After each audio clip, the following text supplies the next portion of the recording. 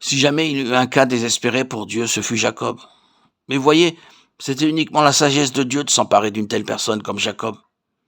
Avec 99 ans d'intrigue et de déception derrière lui, Dieu s'est saisi de lui pour démontrer que dans un tel cas désespéré, Dieu peut réaliser son dessein lorsqu'il en a la possibilité.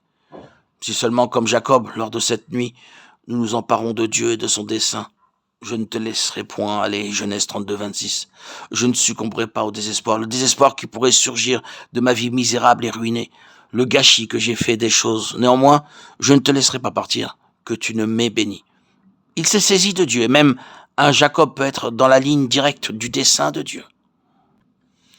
Peut-être avait-il abandonné, avait-il exclu Dieu, et Dieu dut faire quelque chose à ce propos. Peut-être pensait-il d'une manière fataliste. Eh bien, quelque chose changera un jour. C'est une longue route qui n'a pas de tournant. Je suppose que nous parviendrons un jour au virage de la route. Eh bien, nous devons attendre que quelque chose se produise. Passivité. Combien il est vrai que cela ajourne la nuit. Qui a ce souvenir? Beaucoup. Pour plusieurs, c'est juste ainsi, ce terrible voleur de temps, la passivité. Attendre que quelque chose se produise. Vous retrouvez-vous dans cet état où seulement vous attendez, espérant que, eh bien, les choses aillent mieux un jour? Vous continuerez d'attendre, jusqu'à ce que cela soit traité. Cela ne fonctionnera pas. Alors Dieu a entrepris une action très précise en ce qui concerne la précipitation de l'issue.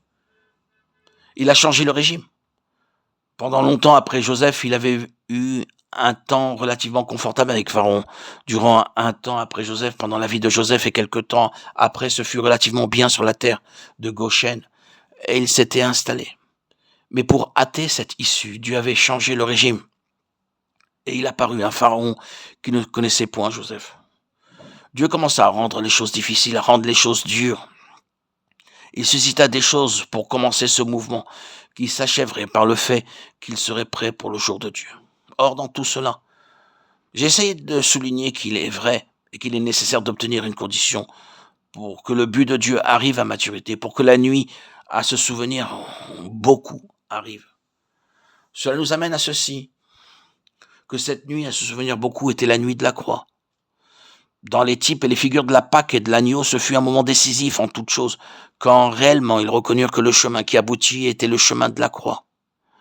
Leur sortie était le chemin de la croix, leur délivrance, leur affranchissement, leur vie et la réalisation de leur destinée étaient dans ce que représente la croix du Seigneur Jésus.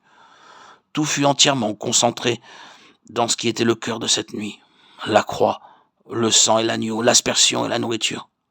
Le sang parlant toujours d'une autre vie que la nôtre. C'est notre espérance.